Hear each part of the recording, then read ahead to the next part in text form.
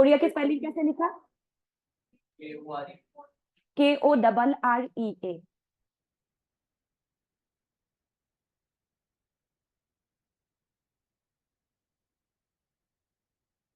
क्या हमने नहीं लिखा है इनके बारे में? मुझे ऐसा क्यों लग रहा है कि मैंने लिखा दिया। कनॉट प्लेस और बताया था, अच्छा इसीलिए। ठीक है, लिखो। He is known for his urban architecture. जो ऑनलाइन है कृष्णकांत, याद होगा चार्ल्स कोरिया के बारे में हमें लास्ट लिखना है, क्योंकि मॉडर्न में काफी बड़ा नाम है ये, मॉडर्न आर्किटेक्चर में चार्ल्स कोरिया। ठीक है, तो चार्ल्स कोरिया टाउन प्लानिंग के लिए जाना जाता है मेनली, है ना। तो जैसे आप कनॉट प्लेस बिल्डिंग हो गया, और आपके और क्या कह सकते हो, महात्मा गांधी मेमोरियल हो गया, ये सब बनाए गए हैं। मतलब क्या होता है, हमने इसके बारे में डिस्कस कर लिया था कि कम जगह को कैसे बड़े जगह में कन्वर्ट करना है। जो मॉडर्न कॉन्सेप्ट है वो चार्ल्स कोरिया के थ्रू ही मतलब अभी आर्किटेक्चर में आया है। ठीक है, देखो, he is known for his work in he is known for his work in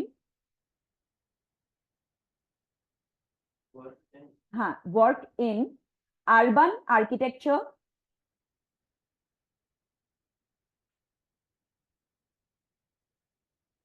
urban architecture and spatial planning and spatial planning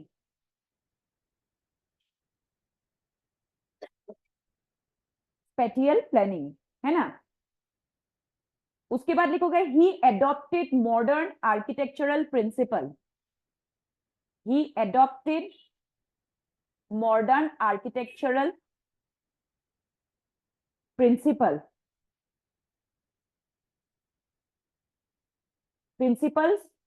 to local sensibilities and need, for local sensibilities and need.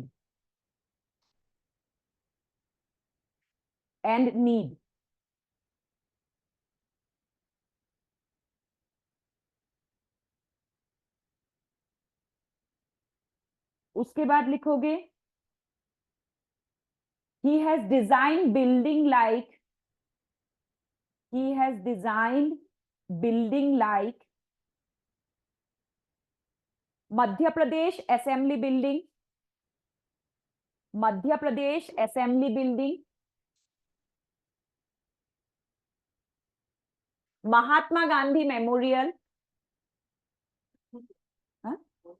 थोड़ा सा, Mahatma Gandhi memorial museum Ahmedabad,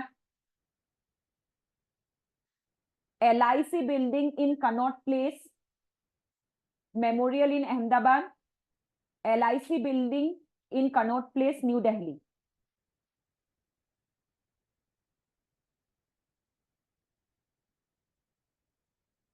ठीक है, he was awarded Padma Vibhushan in 2006, he was awarded Padma Vibhushan, हाँ,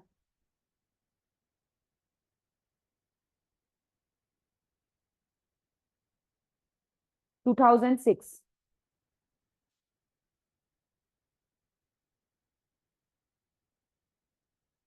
ठीक, इसी के साथ हमारा आर्किटेक्चर वाला चैप्टर खत्म होता है।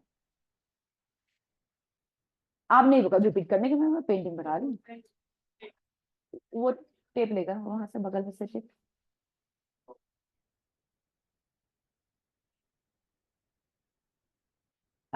एक 2017 मेंस का क्वेश्चन, 2017 मेंस का क्वेश्चन। हाँ,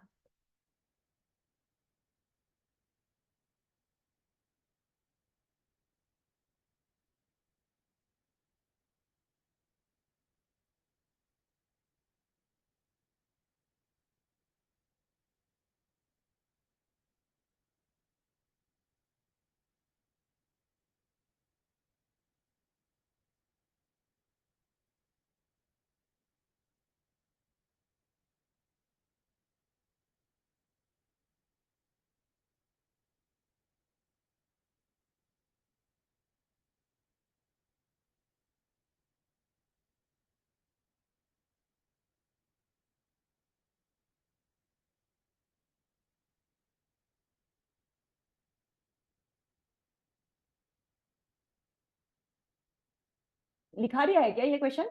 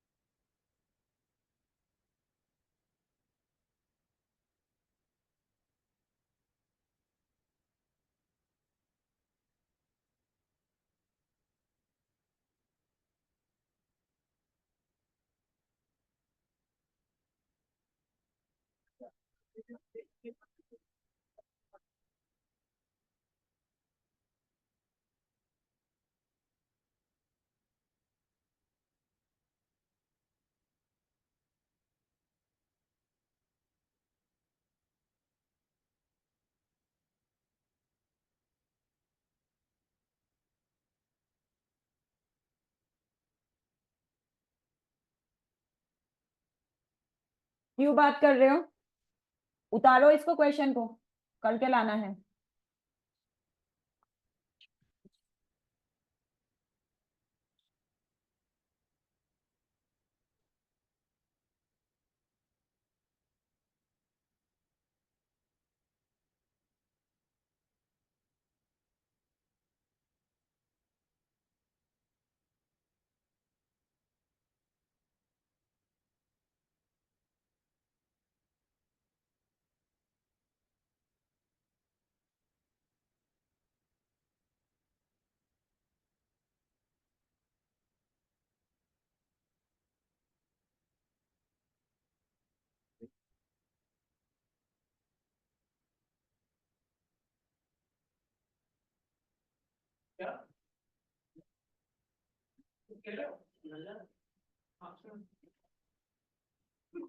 ये क्वेश्चन आप लोगों को कर लेना है, इंपॉर्टेंट सा लगा तो प्रीवियस चैप्टर का है, नया चैप्टर शुरू करेंगे हम।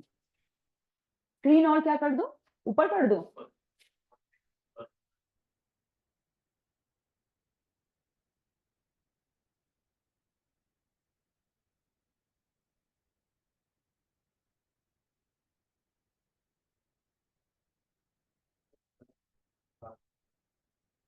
हाँ,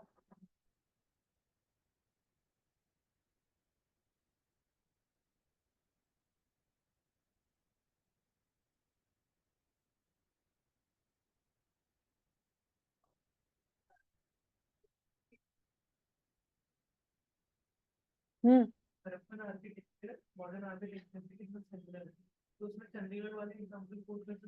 कुछ भी कर सकते हो, तुम्हारी जवाब। तुम्हें अगर लग रहा है, तुम यहाँ पर देखो, मेंस में ऐसा कुछ नहीं होता है कि फैक्ट चेक किया जाए। वहां सिर्फ इतना देखा जाता है तुम चीजों को कितना कोरिलेट कर पा रहे हो, कितना समझ पा रहे हो, और अपनी समझ को सामने वाले को कितना प्रेजेंट कर पा रहे हो। फैक्ट नहीं आना।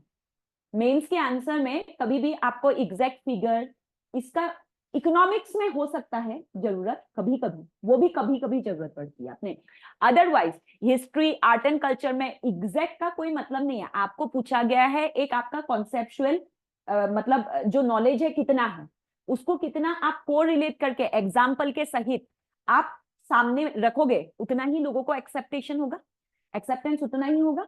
तो मतलब आप कहीं से भी रेफरेंस ले सकते हैं, आपको लग रहा है ना रेफरेंस सही है, तुमको लग रहा है कि हड़प्पा का ये चीजें जो है मॉडर्न डे में यूज हो रहा है, तुम लिखो, ठीक है, आप लिख सकते हो, अपना राय रखना होता है, यहाँ पर कुछ नहीं है कि मतलब नितिन सिंघानिया ने ऐसा बोला है तो तुम उसको डिनाई नहीं कर सकते हो। कई बार ऐसा होता है हम बड़े बड़े राइटर्स को डिनाई करते हैं, मुझे नहीं लगता हिस्ट्री में होगा, जब हम लोग मतलब मेन मॉडर्न पढ़ेंगे ना, तो मैं कई सारे हिस्टोरियन की, मैं कहती हूँ ये मेरी पर्सनल राय है, लेकिन मैं इनकी मतलब अपनी उनकी थ्योरी से कोरिलेट नहीं करती, नहीं कर सकते हो, तुम्हारी मर्जी, तुम चीजों को पढ़ो, अपने में सोच डेवलप करो, इतना मांगना।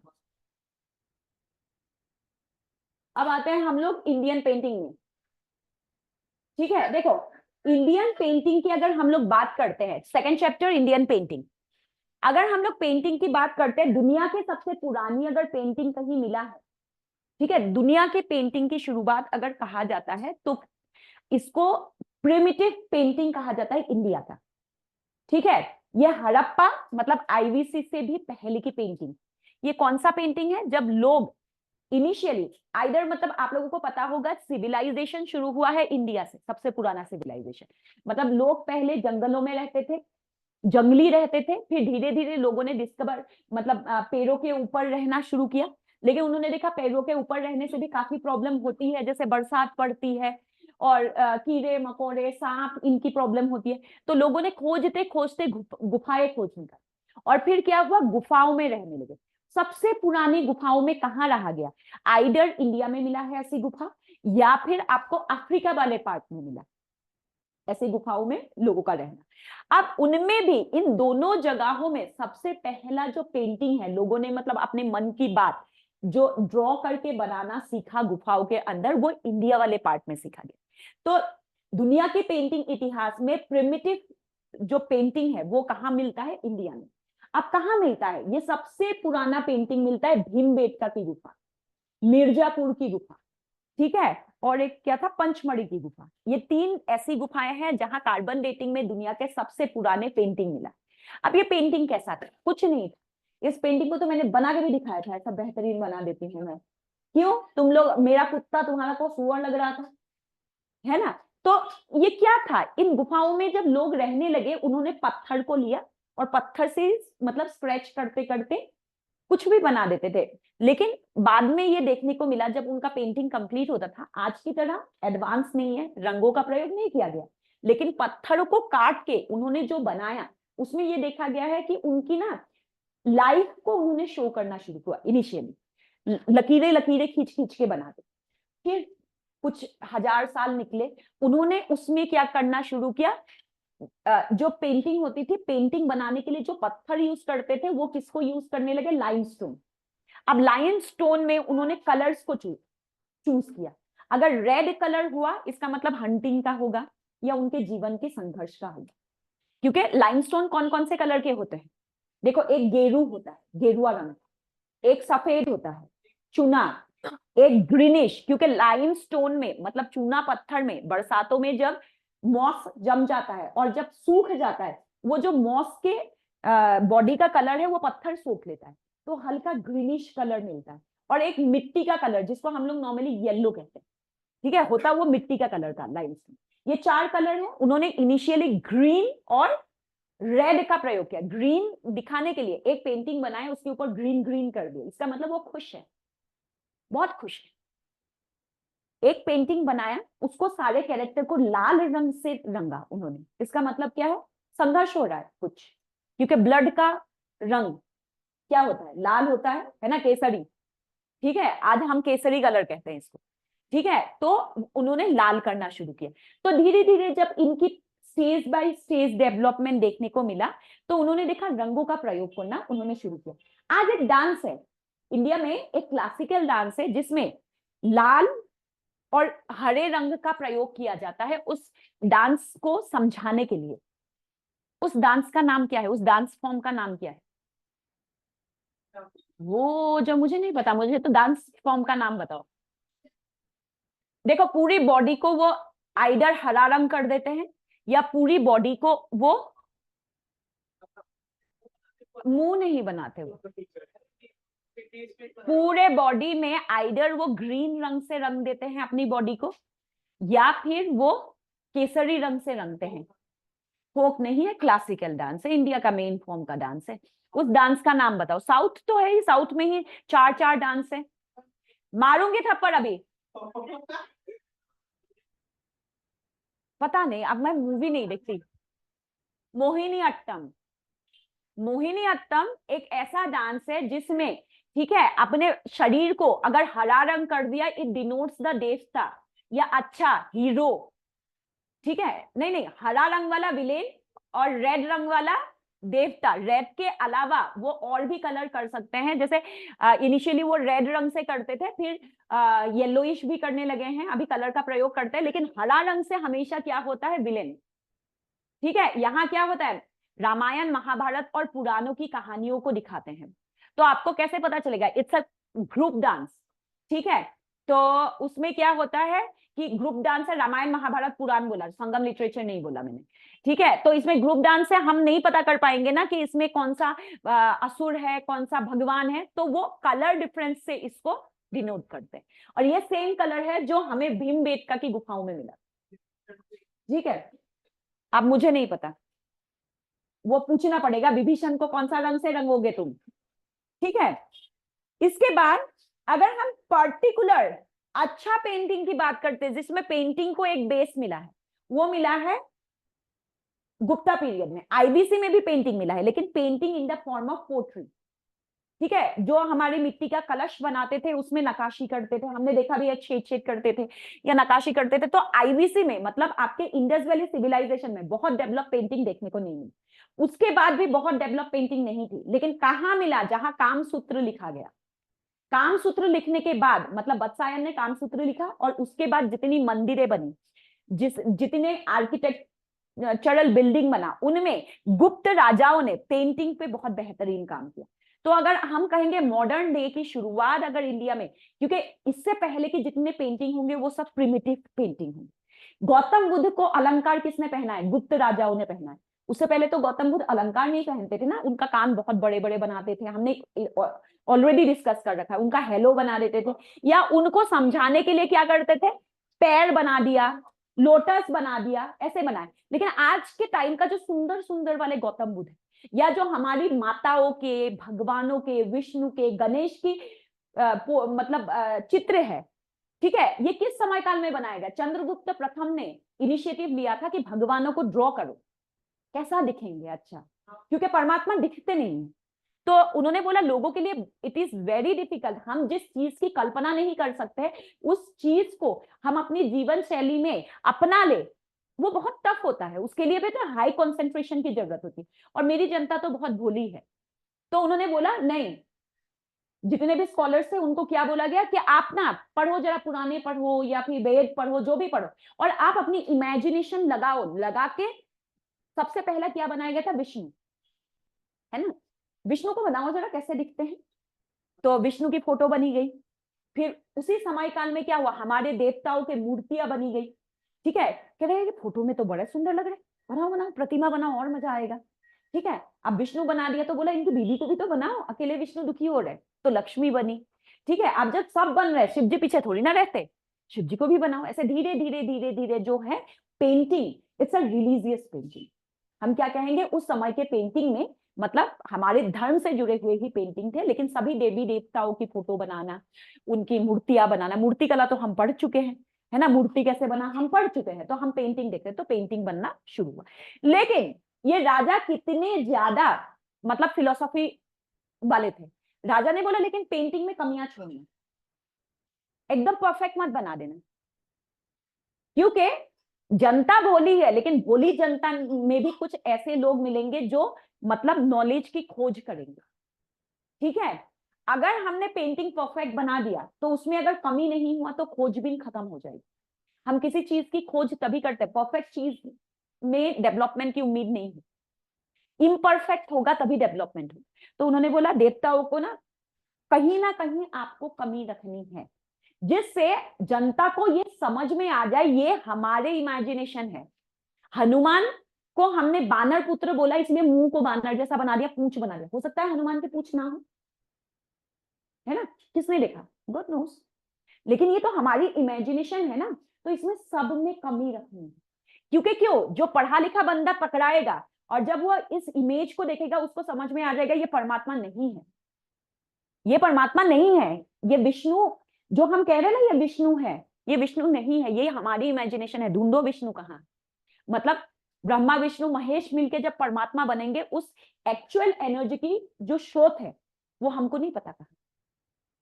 We are unable to find out, जिसने मतलब बिग बैंग थ्योरी करवाया है और ब्रह्मांड जहां से उत्पन्न हुआ है वो कहाँ है हमें नहीं पता।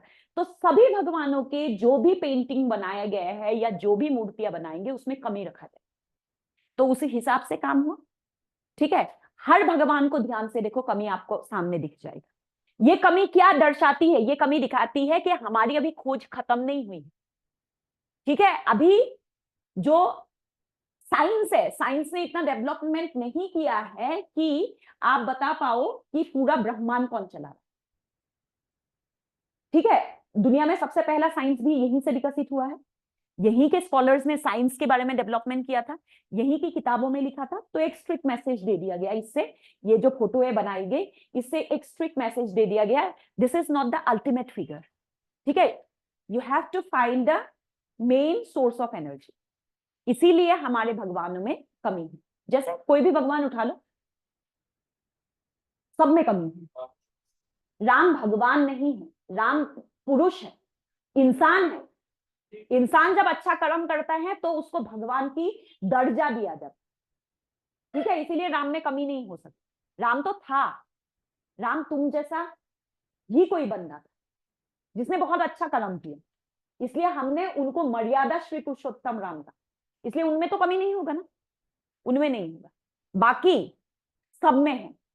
कृष्ण में कमी नहीं है ना, कृष्ण में कमी नहीं है क्योंकि इंसानी रूप लिया है ना कृष्ण ने भी, कृष्ण ने भी इंसानी रूप लिया है, मानव अवतार लिया है। तो मानव अवतार में तो कमी नहीं है, अभी हम खोजबीन कर रहे हैं, डेवलपमेंट हो सकता है। अब देखो उन्होंने ग्लूटाथायोन की टेबलेट नहीं दी थी कृष्ण को, इसीलिए वो सांवले रंग के हुए, है ना, नहीं तो आज के टाइम पे अगर कृष्ण होते गोरे चिट्टे होते, खिला देते हम ग्लूटाथायोन 2-4 टेबलेट, मेलानिन कंट्रोल हो जाता उनका, है ना।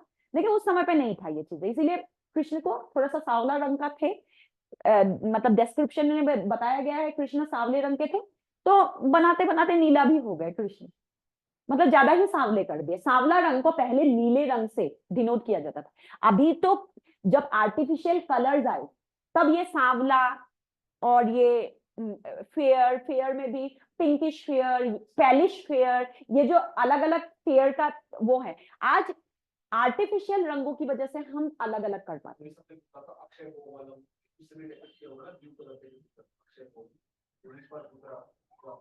हाँ ठीक है, तो अब अगर काला दिखाना है उस समय पे तो काला रंग तो लगा नहीं सकते, मुंह पे काला लगा देंगे तो बाल कैसे दिखाएंगे, तो वो क्या करते थे, काले इंसानों को दिखाने के लिए नीला रंग का प्रयोग कर देते, इसीलिए कृष्ण नीला है।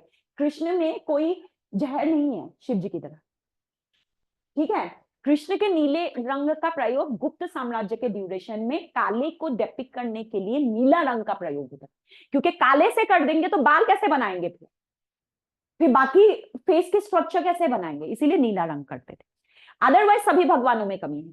अगर आप प्रैक्टिकली देखोगे, गणेश जी नहीं है ठीक ठाक सा, परफेक्ट फिगर तो नहीं कह सकते, हमारा बच्चा गणेश जी जैसा होगा तो हमें बहुत दुख होगा, वैसे गणेश जी की पूजा करते हैं। अगर सूंड वाला बच्चा पैदा हुआ कितना दुखी होंगे, है ना। ऐसे ही अगर एक बच्चे का 10 हाथ हो जाए माता रानी की तरह, ठीक है, this is not acceptable in human life, है ना, हम चाहते हैं परफेक्ट। तो सभी भगवानों में क्यों कमी है, इसी वजह से। विष्णु में कमी नहीं रखी तो लास्ट में पेट फाड़ के कमल का फूल निकाल दिया, अबे नाभि से कमल का फूल उगता है विष्णु के, ठीक है, तो उन्होंने पूरा बना दिया, उसके बाद देखा रे कमी तो रखी नहीं, चलो कोई बात नहीं, एक कमल का फूल निकाल देते, ठीक है, जिससे जो पढ़ा लिखा इंसान है, जो स्कॉलर्स है, उसको देख के ही समझ में आ जाए this is not the ultimate one. ठीक है, we have to find out more energies. Shiv ji में तो कमी ही कमी है। अब एक बात बताओ, नॉर्मल लाइफ में हम परफेक्ट किसे कहते हैं, जैसे हमें ह्यूमन कैरेक्टर देखने को मिलता है, ठीक है। सबसे पहले लड़कियों से पूछते हैं, एक बंदा एकदम हाईली टॉक्सिकेंट, ठीक है, उनकी आंखें देखना, शिव जी की हाईली टॉक्सिकेंट, मतलब एकदम पता ही नहीं है, ठीक है। गले में माला के जगह पे उन्होंने सांप लगा लिया, ठीक, स्कर्ट वर्ट पहन लिया, आजकल तो बाघ का साल नहीं खाल नहीं मिलेगा, तो फिर आप एक काम करो, स्कर्ट, डेनिम का स्कर्ट पहन लिया, पूरी शरीर में भस्म लगा के तुम्हें आके कहे आई लव यू, तुम क्या बोलोगे? भागोगे उस जगह से, मतलब जान बचा के भागोगे कि और उनसे बात करने का मन करेगा? उनका सांप ऐसे ऐसे बीच में कर रहा है, अब बताओ, उनके शरीर में नहीं है ना, तो अपीयरेंस में कर दिए, प्रॉपर किसी को नहीं बनाया।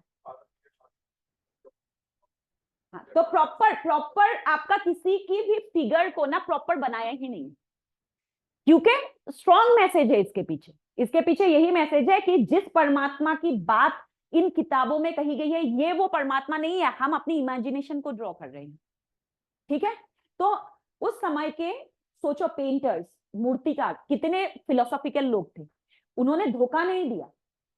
आज के अगर पेंटर होते धोखा देते, यही है मैंने देखा था, ऐसा ही होता है, ठीक है। अरे मेरे सपने में आए थे तेजस्वी यादव के सपने में, तो बीच बीच में आ भी जाते हैं ना, ऐसे ही मैं अगर पेंटिंग करती, मैं भी बोलते अरे शिव जी मेरे सपने में आए थे, उन्होंने बोला चलो बनाओ मेरा।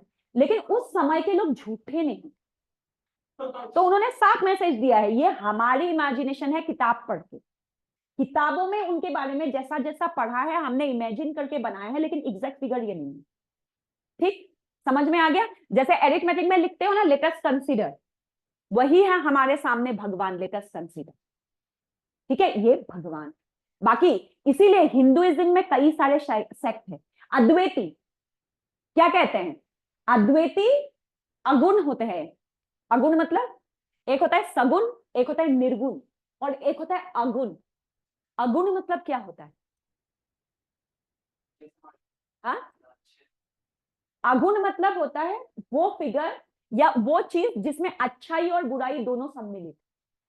जैसे अद्वैत हिंदुइज्म में क्या कहा गया है? परमात्मा हम ही, सभी लोगों, सभी जीव जंतु, सभी कुत्ते बिल्ली, सबकी आत्मा, आत्मा का इंटीग्रेशन कर दो। बहुत सारे आत्मा जब एक साथ इकट्ठा हो जाएंगे तो क्या होगा? परम आत्मा, परमात्मा, वही परमात्मा। ये कौन सा है? अद्वैती। रामानुज के विशिष्ट द्वैत ने क्या कहा है? सद्गुण।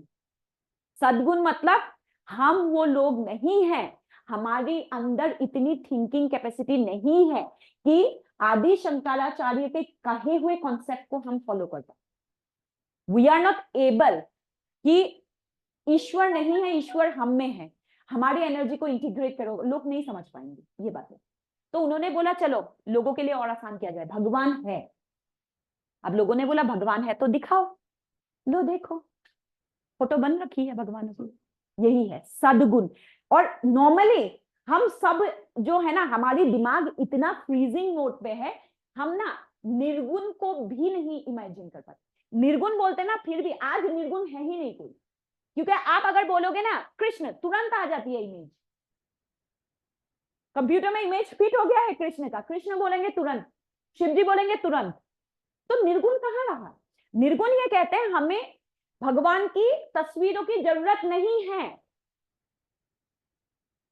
इसमें भी भगवान है, इसमें भी है, ये सब भगवान, सब में एनर्जी है ना, ये स्टैटिक एनर्जी है, इसके अंदर एनर्जी है तो भगवान है। लेकिन इट इज नॉट पॉसिबल ना, आज जो खुद को निर्गुणी कहते हैं ना, वो भी निर्गुणी नहीं। हाँ, सब इमेजिनेशन है, सब इमेजिनेशन। इंडियन पेंटिंग ये कहते हैं कि गुप्त साम्राज्य के राजाओं ने, जो साइंटिफिक एविडेंस है, उन्होंने वाल्मीकि की रामायण पढ़ा, पढ़ने के बाद राम जैसा दिखना चाहिए वैसा बनाया। आप आ रहे हो, क्योंकि उस समय तो कैमरा था नहीं, तो किसने देखा? तो ये जो स्कॉलर्स की इमेजिनेशन है, आज आज हमारे पास वो टेक्नोलॉजी है कि हम फोटो खींच के रख देंगे तो अगले 100 साल, 200 साल, 300 साल में, लेकिन राम जी की तो फोटो ही नहीं थी, है कि नहीं? तो राम जी को वही कल्पना कर पाएंगे ना जिसने देखा, मतलब आम जनता तो नहीं कर पाएंगे, जो पढ़े लिखे हैं वही राम जी की कल्पना कर पाएंगे। तो ये तो प्रॉब्लम हो गई, सभी के लिए है राम। हाँ, जो बनाया गया है, नहीं, राम अलग अलग जगह पे अलग अलग राम। शिव जी की भी बहुत फॉर्म है। जैसे आप देखोगे नॉर्थ इंडिया में शिव जी काफी डोले शोले वाले शिव जी होते हैं ना, वहीं पर अगर आप सिक्किम या मणिपुरी हिंदुओं को देखोगे ना, तो शिव जी काफी मोटे और तगड़े और पेट निकले हुए शिव जी होते। वहीं पर अगर आप साउथ इंडिया में जाओगे ना, हाँ हाँ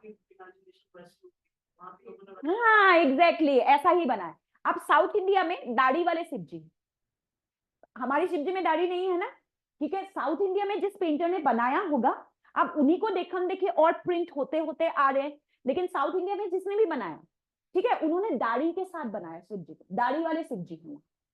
आप पशुपति के मंदिर में जाओ, शिव जी की आंखें बहुत खूंखार है, भैरव वाले, मतलब हमारे भैरव टाइप के, वो पशुपति है, उनकी आंखें इतनी बड़ी बनाई गई है ना, तो अलग रूप हर जगह की। अगर आप ध्यान से देखोगे ना, जब आप नवरात्रि के व्रत करते हो, आप अपने घर में माता की फोटो रखते हो ना, वो फोटो और बंगाल वाली 10 हाथों वाली दुर्गा माँ की फोटो देखना, दोनों में जमीन आसमान का फर्क। उनकी पूरी फेस कट चेंज। ये क्यों हुआ? ये इसीलिए हुआ क्योंकि अलग अलग प्रांतों में अलग अलग पेंटर ने बनाया है ना, सबकी तो एक जैसी होगी नहीं, सबकी इमेजिनेशन अलग है ना, इसीलिए, ठीक है, इसीलिए थोड़ा डिफरेंस हर जगह मिलता है। अब अगर आप नॉर्थ ईस्ट में जाओगे, असम में जाओगे, विष्णु जो है कभी शेषनाग पे बैठते ही नहीं। यहां आके मैंने पहली बार देखा था विष्णु शेषनाग पे बैठ, या फिर रामायण महाभारत में दिखाया था ना, तब देखा था। वहां के जो विष्णु है ना, वहां के विष्णु एक पेड़ के नीचे बैठे रहते हैं। जो असमीज मोनेस्ट्री है ना, विष्णु के, मतलब असम के टेम्पल्स को मोनेस्ट्री कहते हैं। इसके पीछे का लॉजिक तुम पढ़ चुके हो, क्योंकि नॉर्थ ईस्ट में मैक्सिमम बुद्धिस्ट लोग थे, मंगोलियन ट्राइब थे, धर्मपाल राजा था, उन्होंने 4-5 घर ब्राह्मणों को वहां बसाया था और बोला था आर्यन के प्रभाव इनमें पड़वाओ। तो उन्होंने आर्यन धर्म को वहां फैलाया, लेकिन वहां पर जब मंगोलियन ट्राइब में आर्यन को फैलाया तो बुद्ध धर्म और हिंदू धर्म मिक्स हो गया वहां। तो वहां के आर्किटेक्ट, एक मिनट मैं कंप्लीट कर लूं, वहां की जो आर्किटेक्चरल स्टाइल है वो हमारे जो नॉर्थ इंडिया के आर्किटेक्चरल स्टाइल है, मंदिर मंदिर जैसा नहीं दिखता। इसका एग्जांपल बोला था मैंने, कामाख्या मंदिर की इमेज देख लें, और उसको मंदिर ऐसे हिंदी में मंदिर कहते हैं, लेकिन इंग्लिश में कहते हैं मोनेस्ट्री। वहां पर टेम्पलों के ऊपर बुद्ध धर्म के जैसे स्तूपाओं में बनती है ना, सारी चीजें मिलती, ठीक है। तो वहां पर जो वो है विष्णु है, गौतम बुद्ध के स्टाइल में पेड़ के नीचे बैठते हैं, क्योंकि जिसने भी बनाया उन्होंने तो उनके ऊपर, उनके दिमाग में, उनके जहन में बुद्धिस्ट धर्म का एक छवि पड़ रखा था। तो जब भक्ति मूवमेंट आया, शंकर देव ने वहां पर मतलब भक्ति मूवमेंट शुरू किया, तो उनको उनके हाथ में जब लगा तो उन्होंने विष्णु को भी थोड़ा सा मिक्स कर दिया गौतम बुद्ध के साथ, तो विष्णु पेड़ के नीचे बैठ गए। डिफरेंट है ना, इसी वजह से भगवानों की रूपरेखा भी डिफरेंट देखने को मिलता है। अब तुम पूछो क्या पूछना चाहते। हाँ हाँ, पर पता नहीं third Gopal Dharmapal, third ruler है, गोपाल के बाद कौन रूलर बना पता नहीं चलता, फिर धर्मपाल बना। हाँ ठीक है, तो यहां तक समझ में आ गया। हाँ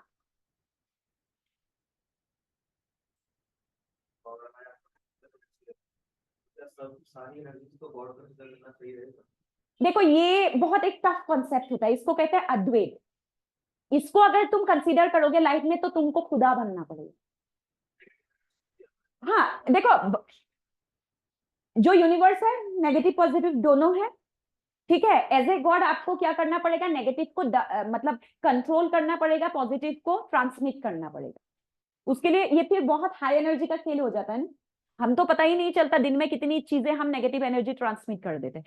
तो ये आम जनता का प्रैक्टिस की बात नहीं है। हाँ, हाईली लेवल पे मेडिटेशन किया, सब कुछ किया, तो आप कर सकते हो। आप पूरी दुनिया में दोनों टाइप की एनर्जी आ रही है, आप दोनों को आप क्या कर रहे हो, दोनों एनर्जी को आप खींच के रख रहे हो अपने पास।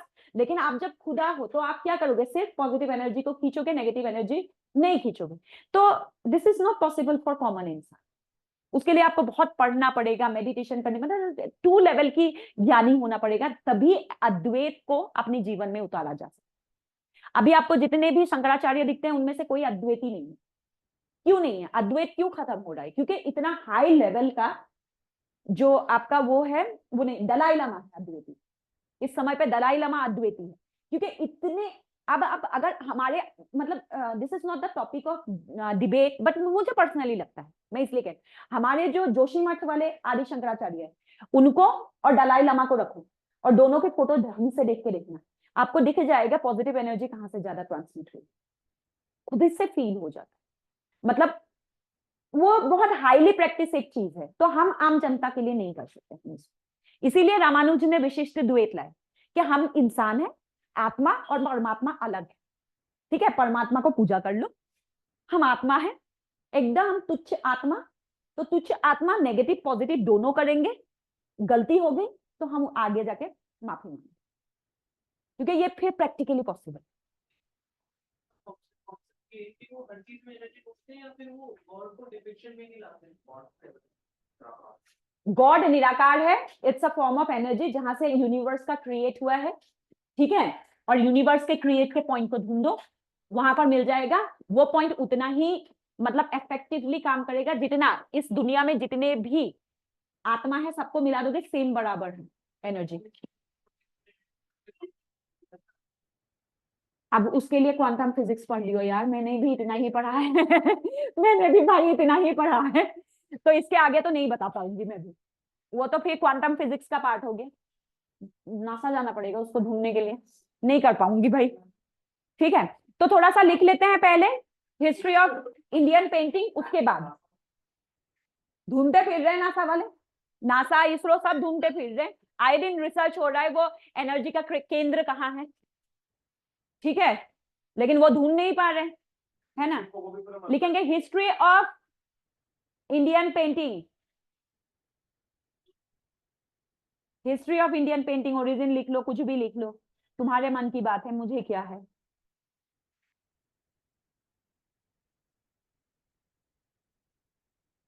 The history of painting can be used, नहीं, the history of Indian painting can be known as,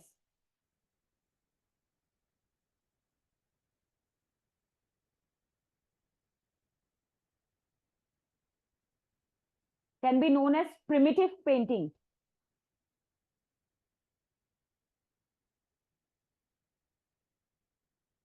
can be known as primitive painting.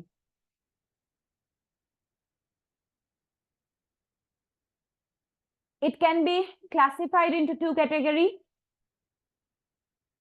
It can be classified into two categories. पहला लिखोगे primitive rock paintings, primitive rock painting, और दूसरा लिखोगे painted pottery.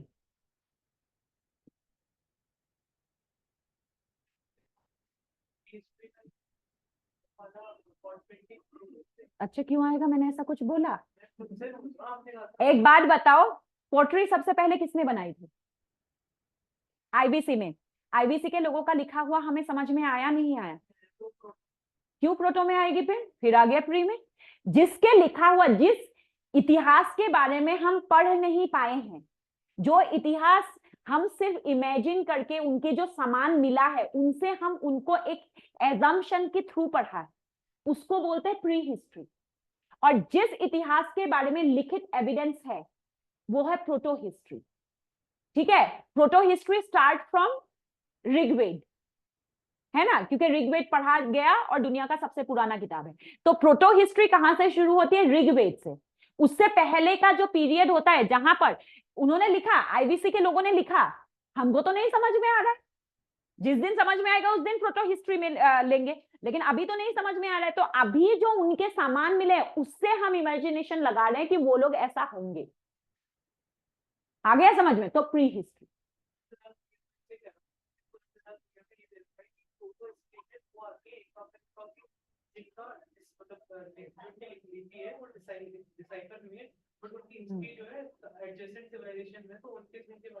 देखो ऐसा है, history is a subject of your opinion, ठीक है, यहां आती है आपकी ओपिनियन। ठीक है, जो मेजर राइटर्स है जिनको यूपीएससी मानती है वो कहते हैं वो समयकाल जिसको हम पढ़ नहीं सकते उसको रखेंगे प्री में, वो समयकाल जिसके बारे में लिखित एविडेंस है उसको रखेंगे प्रोटो में। ठीक, तो हम भी उसी हिसाब से लेते हैं। तुम्हें अगर इस मतलब बात से एक्सेप्टेशन नहीं है तो विथ क्लॉज आप ये लिख सकते हो कि जो आईवीसी का पेंटिंग है वो प्रोटो हिस्ट्री में, लेकिन विथ क्लॉज लिखो।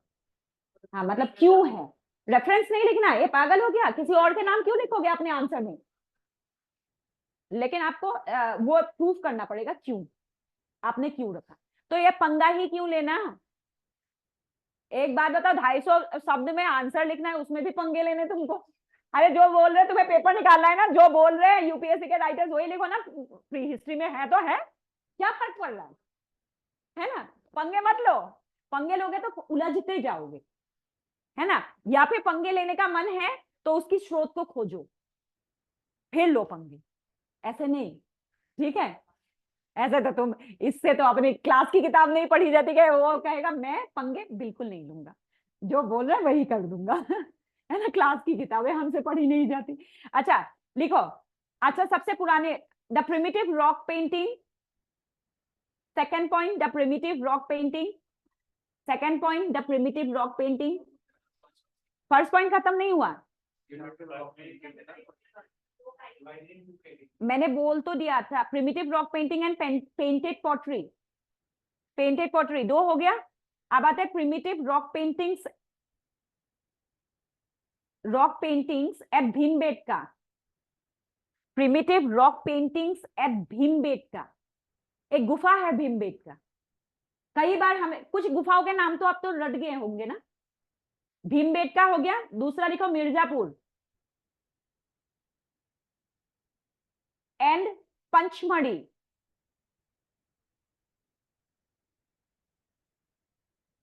Provide insight into the history of painting. Pachmarhi, Pachmarhi की पहाड़ियां, provide insight into the history of painting. इनको देखने से पेंटिंग की गहराई पता चलती है कि कब से शुरू हुआ है पेंटिंग। ये पेंटिंग कौन से थे, वो झिंगालाला वाला पेंटिंग जो मैं लास्ट क्लास में बना के दिखा रही थी, है ना। चार इंसान एक जानवर को उल्टा उल्टा लटका के रखा है और नीचे लगा दी आग, और साथ में कुत्ता भी खड़ा है खाने के लिए। ठीक है, ऐसे करके मैंने दो चार पेंटिंग बना के दिखाई थी ना, वो भीमबेटका की पेंटिंग थी। मतलब अजीबोगरीब जो वो पेंटिंग थी वो भीमबेटका की पेंटिंग थी, वो एकदम इंसाइट है, मतलब एकदम हिस्ट्री बता रही है, ऐसे ऐसे पेंटिंग बनाना शुरू किया था लोगों ने। ठीक है, दूसरा लिखेंगे Indus valley civilisation painted ceramics, Indus valley civilisation painted ceramics, painted ceramics include in the painted pottery category, included in the painted pottery category.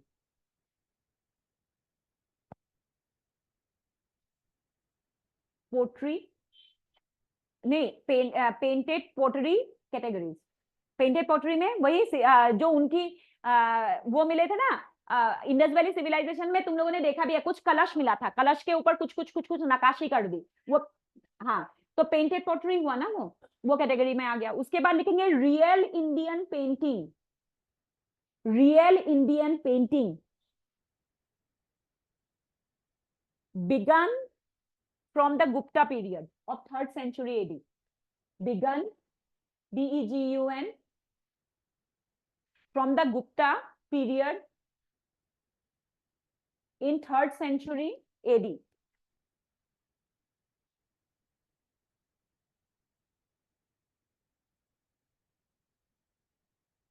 At that time it divided into two categories.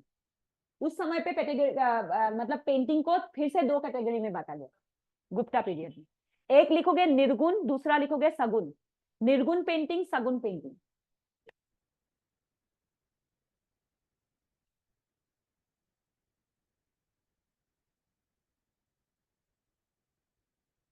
हाँ, इन Nirgun painting energy, in Nirgun painting energy referred as the rays of sun. उसमें भगवान दिखाने के लिए क्या दिखाया?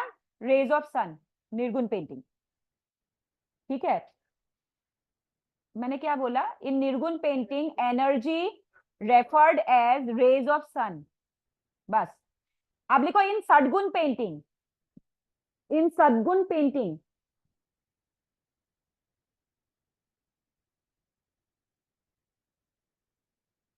इन सदगुण painting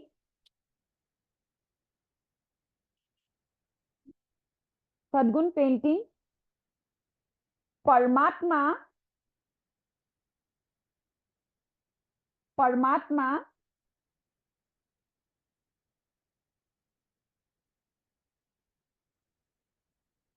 परमात्मा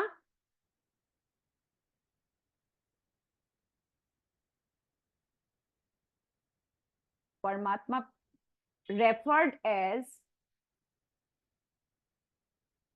referred in the human body. परमात्मा referred in the human body.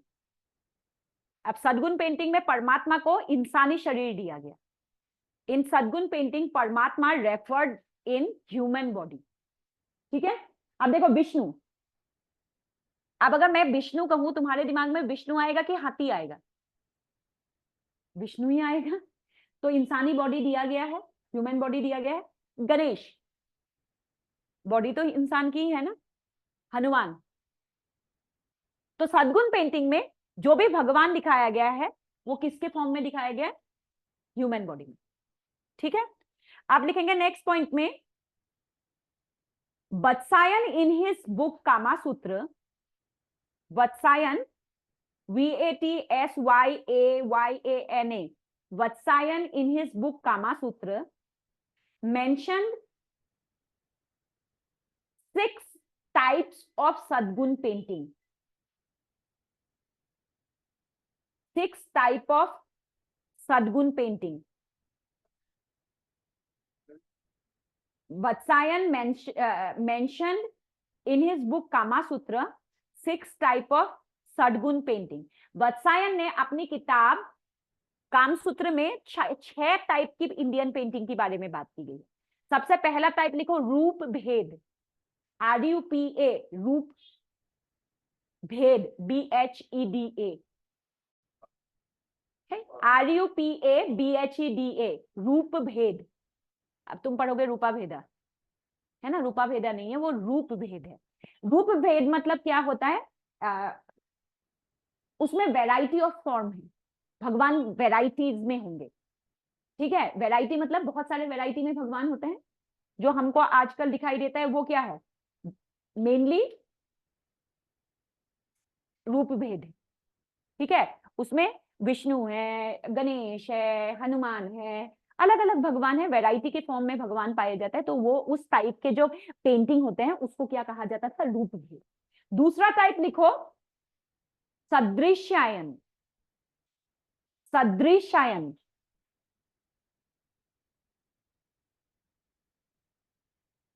सदृशायन मतलब क्या होता है? भगवान को मतलब समथिंग लाइक इमेजिन किया जाता है। प्रॉपर भगवान के फिगर नहीं बनाया जाएगा, इट्स अ इमेजिनरी फिगर। जैसे मोनालिसा की जो वो है पेंटिंग है, उसमें हम इमेजिन ही करते हैं ना। मुझे तो ऐसा लगता है मोनालिसा के आगे की 2 दांत नहीं है, इसीलिए वो ऐसे मुंह दबा के हंसने की कोशिश कर रही है कि दांत ना दिख जाए उसका। तो तुमको कुछ और लगेगा, किसी और को कुछ और लगेगा, है ना? लियोनार्डो दा विंसी ने मोनालिसा बनाया, सबने देखा, सबने देखने के बाद अपनी अपनी, आज तक एग्जैक्ट मतलब इस पे बहुत डाउट है कि मोनालिसा क्या कह रही है, इसकी पेंटिंग क्या मैसेज दे रही है, इसमें डाउट है। ऐसे ही जो आपके सदृशायन है उसमें आपको पेंटिंग को देख के पता चल जाएगा कि यहाँ पर एनर्जी का स्रोत है, लेकिन प्रॉपरली बॉडी नहीं दी गई। आपने एक पेंटिंग बना रखा है, जैसे मान लो एक पेंटिंग मैंने देखा है दिल्ली म्यूजियम में, बहुत सारे लोग जो है ना, नीचे लोग बैठे हैं, एक प्लेटफॉर्म है, प्लेटफॉर्म के ऊपर फूल लगा हुआ है, लेकिन वो प्लेटफॉर्म खाली है। हाँ, लोग नीचे बैठे हैं। तो यहां से साफ मुझे समझ में आया कि उस प्लेटफॉर्म के ऊपर भगवान है जो दिखाई नहीं दे। लोगों को साफ मैसेज चला गया कि भगवान उसी प्लेटफॉर्म के ऊपर होंगे। जैसे हम लोगों ने ऐसा प्लेटफॉर्म रखा, लोग जनता नीचे बैठ के भजन कीर्तन कर रही, ढोल बजा रहे हैं, लेकिन ऊपर जो है भगवान नहीं है। आ गया समझ में? आया नहीं आया? उस पेंटिंग को देख के एकदम क्लियरली समझ में आएगा यही भगवान।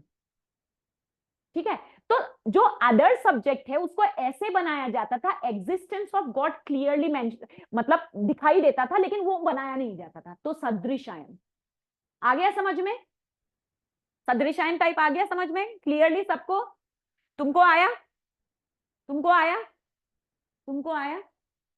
ठीक, नेक्स्ट लिखो भाव। भाव, भाव, BHAVA। अब भाव मत बोलना, इसको क्या कहते हैं? भाव। भाव क्या है? देखो, ये प्रकृति से जुड़े हुए पेंटिंग है। प्रकृति मतलब नेचर से। अब नेचर में इसमें वो कलर का यूज करेंगे जिससे ये डिनोट करने की कोशिश करेंगे कि भगवान का भाव कैसा है, कलर से बताया जाएगा। और इसमें मतलब इट्स अ नेचुरल पेंटिंग होगा, जैसे नेचर से डिनोट होगा। खूब हवा चल रही, बादल काले काले बना दिए, तो क्या है? भगवान गुस्सा है। ठीक है, बढ़िया धूप खिल रही, पंछियां उड़ रहे हैं, झरने में पानी गिर रहा है, क्या है? भगवान आज खुश है, हैप्पी भगवान। आ गया भाव पेंटिंग समझ में? यहां पर भी भगवान को डायरेक्टली, सिर्फ भगवान को डायरेक्ट कहां बनाया जाएगा? रूप भेद में बना दिया। विष्णु को बना दिया ना, ए लो विष्णु सामने खड़ा, वो पूछो जो पूछना। लेकिन बाकी पेंटिंगों में डायरेक्ट भगवान नहीं मिलेगा, यहाँ भाव होगा। जैसे एक पेंटिंग है बहुत फेमस है, लगभग बहुत सारे हिंदू घर इस पेंटिंग को अपने घरों के ड्राइंग रूम वगैरह में लगाते। वो पेंटिंग क्या है? 7 सफेद घोड़े की पेंटिंग। उसको देख के भाव क्या आता है? विक्ट्री। देख के अंदर से आता है ना विक्ट्री, विक्ट्री की फीलिंग आती है। कहां पर है? अबे 7 घोड़े ऐसे चलता रहता है, व्हाइट कलर के। ठीक है, अरे वो 7 घोड़े लगाने का मतलब ही विक्ट्री है। मतलब ये पता नहीं कुछ दिशाओं का भी चक्कर होता है इसमें, बट उससे समझ में आ जाता है कि ये विक्ट्री है। एक और पेंटिंग बताती हूँ, देखो तुम्हें समझ में आ जाएगा, वो विष्णु है। एक पेंटिंग है जिसमें एक कछुआ होता है और कछुए के ऊपर ना पहाड़ होता है, खरगोश होता है कछुए के ऊपर। ये कहाँ से आते हैं? ऐसे ऐसे लोग कहाँ से आते हैं भाई? हाँ, एक कछुआ होता है, कछुए के ऊपर पहाड़ होता है। समुद्र मंथन वाला पेंटिंग है, उसमें बताने की जरूरत नहीं है, हमको समझ में आ जाता। पता नहीं क्यों नहीं, मतलब इनको तो भाई सालेग्राम दिखाई देता है, बट उसको देख के आम जनता को समझ में आ जाता है ये पूरी कहानी समुद्र मंथन की बता रहे ना। हमको नहीं पता, लेकिन हमें ये पता है ये समुद्र मंथन की कहानी है। ठीक है, उसके बाद ना एक और पेंटिंग है। ठीक है, आप बताना कौन सा है। एक रथ होता है, ठीक है, ये तुम लोगों ने देखा होगा। एक रथ होता है, पूरी मैदान होती है जिसमें कई लाशें बिछी होती है, और रथ में गीता का ज्ञान, गीता ज्ञान। अब देखो इस पेंटिंग में कहीं पे भी कृष्ण नहीं है, कहीं गीता नहीं है, कहीं वो नहीं है, लेकिन उस रथ में एक ना गेरुआ रंग का फ्लैग होता है, बहुत सारी लाशें बिछी होती है, और एक खाली रथ होता है। अब कृष्ण की गीता, गीता की जो उपदेश है वो है वो। तो ये क्या है? ये एकदम डेपिक्ट कर देता है ना, एग्जैक्टली हमको समझ में आ जाता है वो पेंटिंग जो मैसेज देना चाहती है, और उस समय के पेंटर्स ने बनाया। तुम सोचो ना, तभी भी लोग समझ गए, आज भी हम समझ रहे। समझ में आ गया भाव? ठीक, मतलब कछुए के ऊपर क्या था? खरगोश वाला पेंटिंग। एग्जाम्पल में तुम कछुए के ऊपर खरगोश लिखना। ठीक है, भाव पेंटिंग हो गया। इसके बाद है लावण्य। लावण्य, लावण्य योजनम, YOJANAM। लावण्य तो खुद लिख सकते हैं। देखो लावण्य योजनम मतलब एक औरत बना दिया जाता है, और उस औरत को देख के ना समझ में आता है, उसकी ना ऐसे फेशियल एक्सप्रेशन नहीं होता, उसकी बॉडी को टेढ़ी मेढ़ी करके बनाया जाता है। उसमें समझ में आ जाता है किस टाइप का प्यार को दिखाने की कोशिश की गई। कई बार इसमें वात्सल्य प्रेम होता है, जैसे यशोदा का कृष्ण के प्रति था। माँ का बेटे के प्रति जो प्यार होता है, माँ का बच्चे के प्रति वात्सल्य प्यार कहते हैं इसको, प्रेम। नहीं, वो तुम चले गए हो प्रतिमाओं में, पेंटिंग में आ जाओ। ठीक है, एक तो एक जलपरी जो तुम्हारी गर्लफ्रेंड को दिखा देती है, तो मतलब जलपरी देख के लड़के, पता है जलपरी कौन सी होती है? अपनी जलपरी का मतलब होता है अपने, मतलब जो इमेजिनेशन में जो गर्लफ्रेंड होता है, काम। ठीक है, मतलब आपके मन के काम का जो भावना है वो समझाती है जलपरी वाली। ठीक है, ऐसे ही कुछ ऐसी वो होती है जहां औरत की गुस्से को दिखा देती है ना? चुड़ैल नहीं बना, ए भगवान, चुड़ैल की पेंटिंग कौन बनाता है यार? औरत की ही बनाते हैं। आगे समझ में, एक औरत की पेंटिंग जो टाइप ऑफ इमोशन को शो करती है, दैट इज लावण्य। ठीक है, नेक्स्ट लिखो। हमने क्या क्या लिख लिया? अच्छा, प्रमाणम, PRAMANAM, प्रमाणम। ये प्रमाणम क्या होता है? यहाँ भगवान और सब्जेक्ट और ऑब्जेक्ट दोनों बनाया जाता है। ठीक है, लिखेंगे, इसमें लिख लो proportion of subject and object. Ratio in proportion पढ़ा है? वही है, भगवान और जो भक्त के बीच में प्रोपोर्शन की होती है, proportion of subject and object.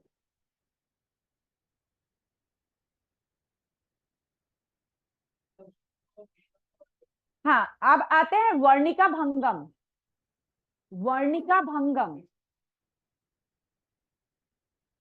Varnika भंगम जो होता है ना, एक्चुअली वर्णिका भंगम जो होता है वो जीवन के, मतलब जो इंसानी जीवन होता है ना, बचपन से लेके बुढ़ापे तक की जीवन को जो शो करते हैं। इसमें ना बहुत ज्यादा वो नहीं होता, मतलब बहुत फिलोसफी वाला नहीं होता है, नॉर्मल इंसान के जीवन को शो करने वाला जो होता है ना, वर्णिका भंगम होता है। इसमें mixing of colours to resemble the effect होता है। इसमें लिख लो, इसमें लिख लो मिक्सिंग ऑफ कलर। वर्णिका भंगम में लिखो mixing of colour to resemble the effect of modelling. हाँ, to resemble the effect of modelling. अब मॉडलिंग कौन करता है? तुम लोग ही करते हो, तो इंसानी जीवन से जुड़ा हुआ है। Mixing of colours to resemble the effect of modelling. Model मतलब अगर हमें मौसमी चटर्जी को बनाना है हमें, तो हम क्या करेंगे? उसकी दांत को ज्यादा सफेद कर देंगे, क्योंकि इसकी हंसी अच्छी है, मेरे को अच्छी लगती है, तो मैं तो एकदम दांत को ऐसा सफेद बना दूंगी ना कि ऐसे दांत ही चमकेगा हीरे की तरह इसकी, मैंने अगर बनाया। मिक्सिंग ऑफ कलर, आ रहा है समझ में? तू क्या बनाएगा? मलाइका अरोरा बनाइयो भाई। ठीक है, हम तो नहीं बनाएंगे, है ना? ठीक है, आ गया समझ में? इन टाइप के वो होता था। इसके बाद और कुछ नहीं है, हो गया 6 टाइप, कंप्लीट हो गया। ठीक है, अब लिखेंगे नेक्स्ट पॉइंट में, in India the birth of 3 religion. In India the birth of 3 religion, birth in India the birth of 3 religion serve as a key source of Indian painting, served as a key source of Indian painting। अब मुझे बता दो birth of 3 religion जो है कौन कौन सा है? जैनिज्म, यही मेन सोर्स था उस समय के पेंटिंग का। इंडियन पेंटिंग मतलब जिन आर्टिस्टों ने भी पेंटिंग बनाया उसका जो सोर्स है, जो मतलब मेन मुद्दा है, ये तीनों रिलीजन की किताबों से लिया गया। विनय पिटक पढ़ा, कुछ समझ में आया, बना दिया, है ना? सुत्त पिटक पढ़ा, समझ में आया, बना दिया। रामायण में सबड़ी समझ में आई, सबड़ी को बना दिया। उसके खट्टे बेर की कहानी बना दी, कितनी सुंदर सुंदर। रामायण तो पूरा ना एक वो है, एपिक। अरे यार, उसकी ना एक पेंटिंग की बुक है पूरी, रामायण एक बाय एक एक पेज को तुम उठाते जाओ, तुम्हें समझ में आता जाएगा। तो ये this are the key source of Indian painting.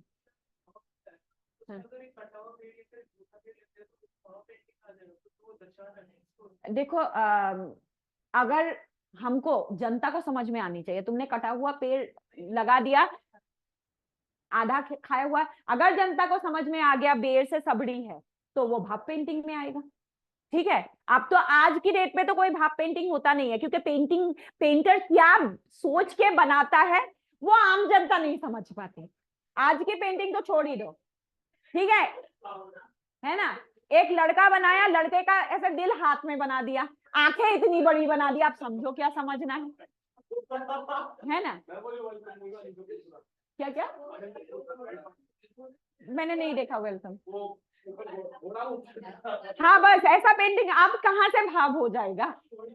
आज की पेंटिंग को तो कुछ नहीं कह सकते हम, ठीक है। तो उसको मॉडर्न पेंटिंग कहते हैं। जिस पेंटिंग को समझ में नहीं आता है उसको मॉडर्न आर्ट कहा जाता है, ठीक है। अब लिखेंगे spiritual themes, noble goals, spiritual themes, noble goals, themes, spiritual themes, noble goals and common beliefs are depicted in the Indian painting. Are depicted in the Indian painting. Goals, noble goals, common beliefs are depicted in Indian painting. अब देखो ये 3 main object होता था, अब इसके अलावा नहीं बनाया जाता था। स्पिरिचुअल थीम भगवान जला, नोबल गोल्स, ठीक है, अच्छा कर्म करने वाला, ठीक है, और कॉमन बिलीफ जो है कि मतलब बहुत ज्यादा तूफान आ रहा है तो इंद्र नाराज है ना, बहुत तूफान आ रहा है लाइटनिंग कर दिया, इंद्र नाराज है, ये तो कॉमन उस समय पे माना जाता था, है ना। उसी तरीके से अगर आपने दिखा दिया कि मतलब पूरी सूखा पड़ रखा है, इसका मतलब है धरती मां नाराज है, सूखी पड़ रखी। तो ये जो कॉमन बिलीफ थी इन्हीं के ऊपर बनाया जाता था, जिससे कॉमन लोग बहुत जल्दी कनेक्ट हो जाते, ठीक है। आप लिखेंगे there are numerous reference to painting art in, there are numerous reference to painting art in Brahmanical and Buddhist literature.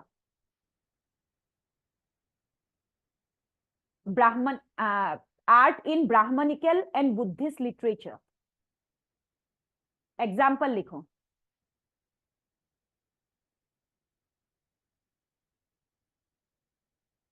कपड़ों के ऊपर एक पेंटिंग बनाया जाता था, क्लॉथ के ऊपर, ठीक है। और उस क्लॉथ के ऊपर क्या किया जाता था, आपके जो बिलीफ है, कॉमन बिलीफ है, मिथ है, उनकी जब मतलब पेंटिंग बनाया जाता था उसको कहा जाता था लेप्या। कॉमन कपड़ा लिया, उस समय पे जो भी कपड़ा मिलता था, ठीक है, उस कपड़े के ऊपर जब आम जनता की बिलीफ की सब्जेक्ट के ऊपर पेंटिंग बनाया जाता था उसको क्या कहा जाता था, लेप्या। लिखेंगे एग्जाम्पल में सबसे पहले लेप्या चित्र, LEPYA, लेप्या चित्र, हाँ लेप्या चित्र। इसमें लिखो रिप्रेजेंटेशन ऑफ मिथ। मिथ मतलब क्या होता है, जनता की विश्वास, जानते हो ना। देखो दुनिया मिथ को कहते हैं झूठ। माइथोलॉजी 2 वर्ड से मिलके बनता है। माइथो मतलब होता है, मिथ मतलब होता है झूठ, और लॉजी मतलब होता है कहानी, ठीक है, या फिर अध्ययन, स्टडी, ठीक है। तो दुनिया के लिए झूठी कहानियों का अध्ययन को क्या कहा जाता है, माइथोलॉजी। लेकिन इंडिया में माइथोलॉजी का मतलब ये नहीं होता। माइथोलॉजी मतलब होता है वो कहानियां जो जनमानस में सदियों से प्रचलित है, जिसको हम सही या गलत के पैमाने पे नहीं देखेंगे, जो हमारी विश्वास से जुड़ा हुआ है, हमारी जीवन से जुड़ा हुआ है, वो है माइथोलॉजी। जैसे ट्यूसडे को नॉनवेज ना खाना, ठीक है। अब इसका कोई साइंटिफिक रीजन नहीं है, लेकिन जो लोग इसको स्ट्रिक्टली बिलीव करते हैं वो अगर ट्यूसडे को नॉनवेज खा लेते, उनके साथ कुछ ना कुछ बुरा हो ही जाता है ना। हमारे विश्वास से जुड़ा हुआ है, सारी चीजें हमारे विश्वास तंत्र से जुड़ा हुआ है। आजकल बहुत लोग कहते हैं जो चाहते हो वो मिलेगा तुमको, तुम ऐसे यूट्यूब में बहुत वीडियोस आते हैं, तुम बस एक बार अपने ऊपर विश्वास करो। अरे विश्वास से सारी चीजें जीती जा सकती है, क्योंकि विश्वास से फ्रीक्वेंसी क्रिएट होता है। अब तुम्हारी फ्रीक्वेंसी एकदम मतलब करेक्ट बैठ रहा है कि ट्यूसडे को नॉनवेज खाने से बुरा होता है, तो किसी ना किसी फॉर्म में वो होगा। तो इसको हम साइंस के पैमाने पे नहीं देखते हैं कि ट्यूसडे को साइंस ने प्रूव करो पहले, कैसे प्रूव करोगे? नहीं कर सकते, है ना। हमारे साथ वैसे नहीं करना चाहिए, लेकिन हमारे साथ एक सरदार लड़का था, ठीक है, तो बहुत अच्छा दोस्त था हमारा, और हम क्या करते थे, उसको ना चिढ़ाते थे, ठीक है। हम चिढ़ाते क्या थे, हम कुछ नहीं बोलते थे, लेकिन देखना उसके दिमाग में उस चीज का क्या असर पड़ता है। इंसान जो ना मतलब सबकॉन्शियस माइंड में सोचता है ना, वो होता है।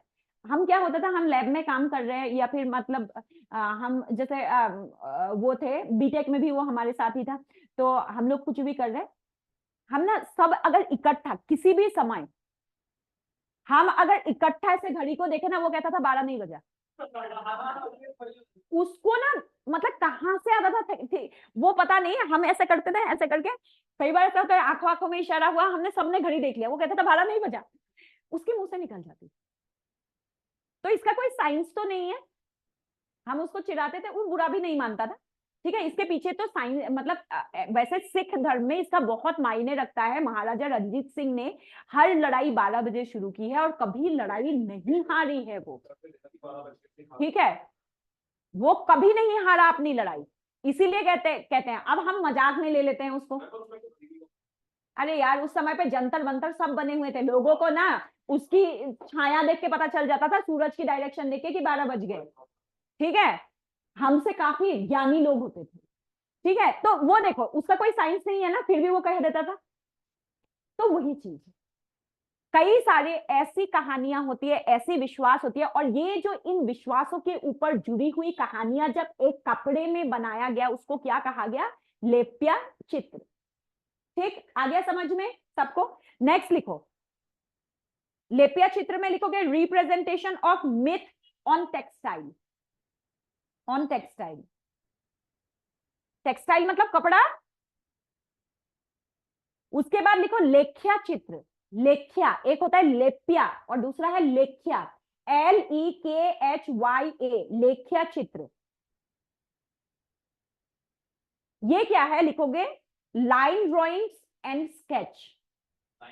हाँ, लाइन ड्रॉइंग्स एंड स्केच, जो तुम लोग बचपन में करते थे, वो क्या करते थे? लेख्या चित्र, स्केचिंग करते थे ना। बच्चा अगर थोड़ा सा ठीक ठाक ड्राइंग करना शुरू कर देना, सबसे पहले बच्चा तो स्केचिंग करता था एकदम, चाहे उसकी कलर बाहर निकल जाए बाउंड्री लाइन के, लेकिन सबसे पहले बच्चा स्केचिंग सीखता है, लेख्या चित्र, ठीक। उसके बाद लिखोगे some other type of painting include धूली चित्र। अब इसका मतलब तुम मुझे बताओगे, DHULI, धूली चित्र। दूसरा लिखोगे, रुको कॉमा, पता चित्र, PATA, पता चित्र। हाँ, एग्जैक्टली। धूली चित्र मतलब क्या होता है? जमीन के, मतलब जमीन के ऊपर या दीवारों में धूल से अलग अलग कलर बना के जो वो किया जाता है। एक मिनट,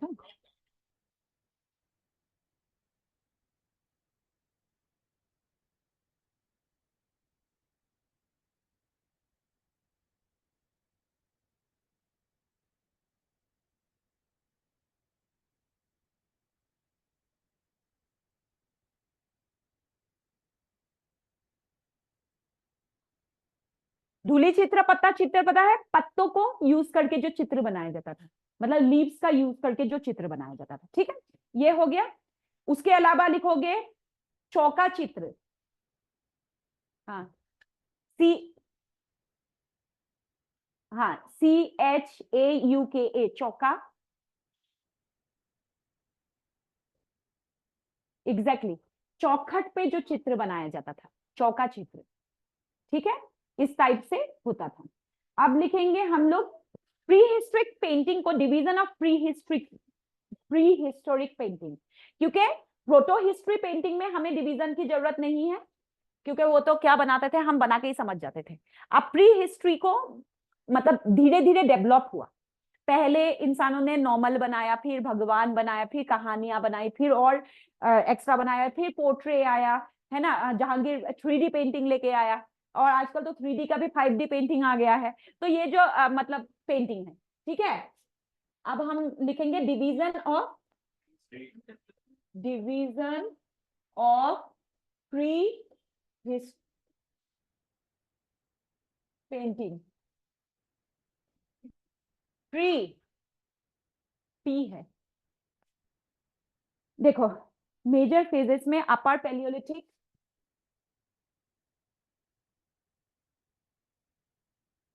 पैलियो का स्पेलिंग क्या होता है? PELEO, पैलियोलिथिक पेंटिंग, फिर मिडिल पैलियोलिथिक पेंटिंग,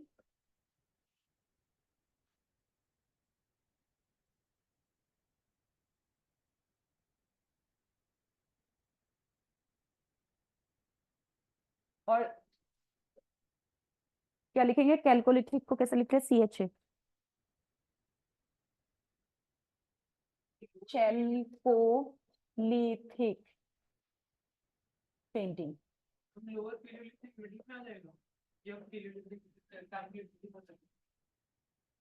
ये देखो इसमें मेसोलिथिक पीरियड है, ये मिडिल पैलियोलिथिक को हम लिख सकते हैं दूसरा मेसोलिथिक में।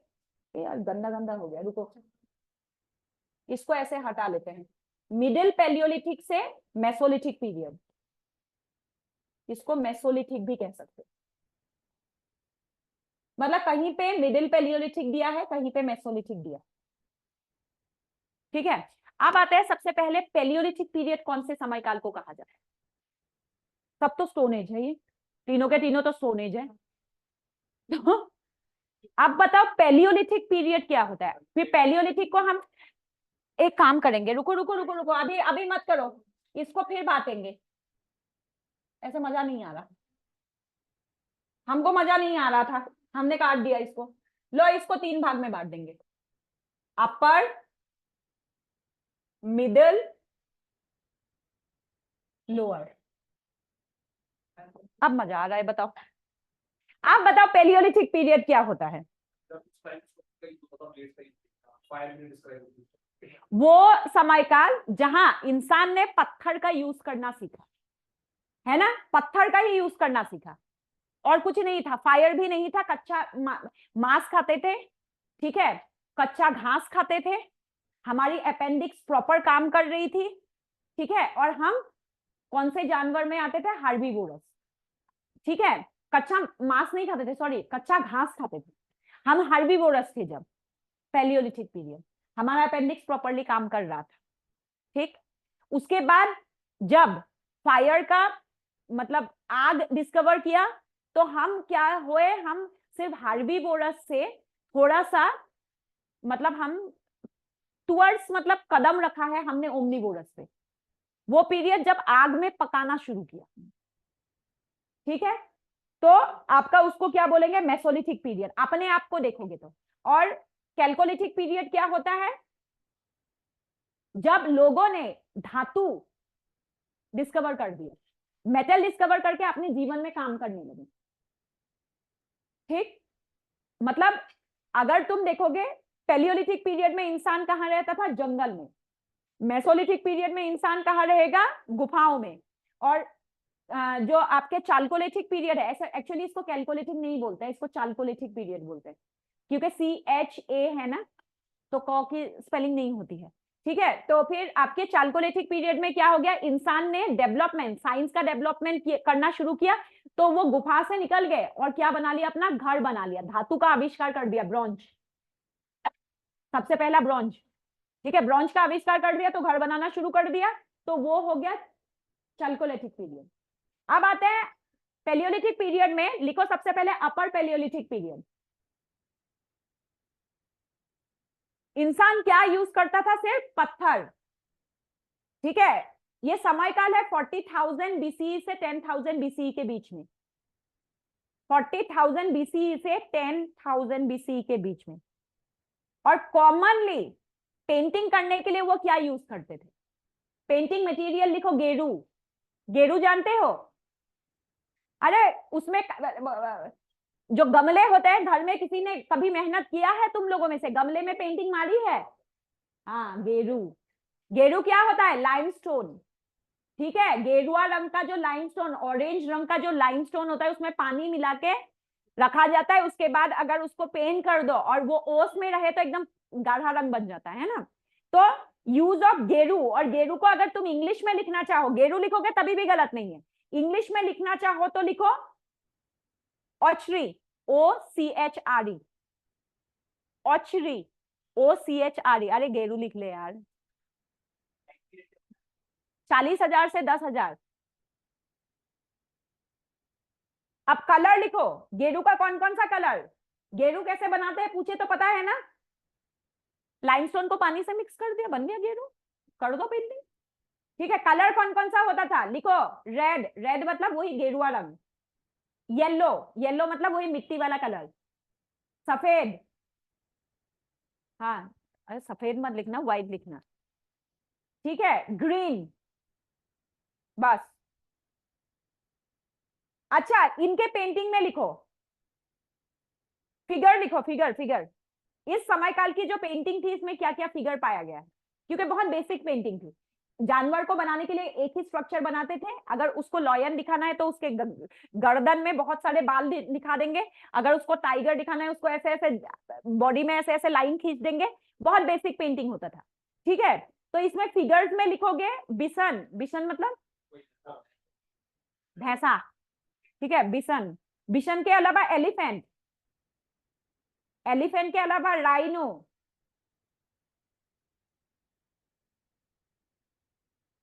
Tiger, human, rhino, tiger, dog, human. हाँ अरे पैलियोलिथिक पीरियड में ना, देखो इंसान जब जंगलों में रहता था उसने एक चीज देखी, अगर कुत्ते आसपास है, उनके बच्चे हैं, डेंजर को देखते ही कुत्ते सबसे पहले भौंक पड़ते हैं, तो इंसानों ने ढूंढ ढूंढ के जंगलों में उन एरियाओं में रहना शुरू किया जहां कुत्ते ज्यादा। ठीक है, तो कुत्तों के साथ, और कुत्ता बहुत जल्दी मिक्सअप होता है, तो इंसानों के साथ मिक्सअप हो गया। जब इंसान उन जंगलों से आके गुफाओं में रहने लगे तो इंसान को रियलाइज हुआ कि वो जो कुत्ते उनके साथ रहते थे उनको कभी नहीं छोड़ते, वो भी पीछे पीछे आ गए और गुफाओं में रहने लगे। इंसानों ने भी उसको कभी भगाया नहीं, क्योंकि इंसानों को यह एहसास हो गया था उनके ना होने पे भी उनके बच्चों की सुरक्षा ये कर देंगे। ठीक है, तो इंसान और कुत्ता दोनों सही सेम टाइम पे गुफाओं में रहने लगे, और इंसानों ने ये भी रियलाइज किया कि कभी भी खतरा आता है तो कुत्ता अपने ऊपर ले लेता है, लेकिन जिनके साथ रहते हैं उनको कभी खतरे में डालता नहीं। तो ऐसे में दोनों दोस्त बन गए, मिल मिल के हंटिंग करने लगे, ठीक है, मिल बांट के रहने लगे और समय के साथ डोमेस्टिफिकेट हो। ठीक है, इंसान डेवलप करके वो वैसे के वैसे ही रह गए, इसीलिए क्या है, पहले तो इक्वल मतलब बराबरी का दर्जा था, कोई ओनर नहीं था, कोई वो नहीं था, दोनों बराबरी के मतलब वो थे। ठीक है, अब क्या है, अब हम उनको पालते हैं, हम थोड़ा सा दबदबा बन गए क्योंकि हमारा ब्रेन डेवलपमेंट। ठीक है, अब लिखोगे red colour use for danger and hunting, red colour use for danger, दो कलर में mainly red colour use for danger and hunting. Anshu, Anshul है ना तेरा नाम, आधा ल काट दिया मैंने, अंश है ना तेरा नाम, अंशी तो है, तो अंशुल कर दिया मैंने, ल काट दिया मैंने। क्यों, तेरी आइडेंटिटी कौन सी खोई, मैं तुझे मौसमी चटर्जी बोलती हूँ, तेरा आइडेंटिटी खो गया इससे। हाँ, हो गया। रेड कलर किसके लिए, आप लिखो green colour use for party and dancing, green colour use for party and dancing, green colour को मतलब खुश माहौल को डिनोट करने के लिए लोगों ने यूज किया। अब लिखेंगे मिडिल मेसोलिथिक पीरियड, कल लिखेंगे, छोड़ो, नहीं मिडिल पेलियोलिथिक पीरियड, हेडिंग डाल के छोड़ दो, middle palaeolithic period, palaeolithic, palaeolithic को 3 भाग में बांट दिया मैंने,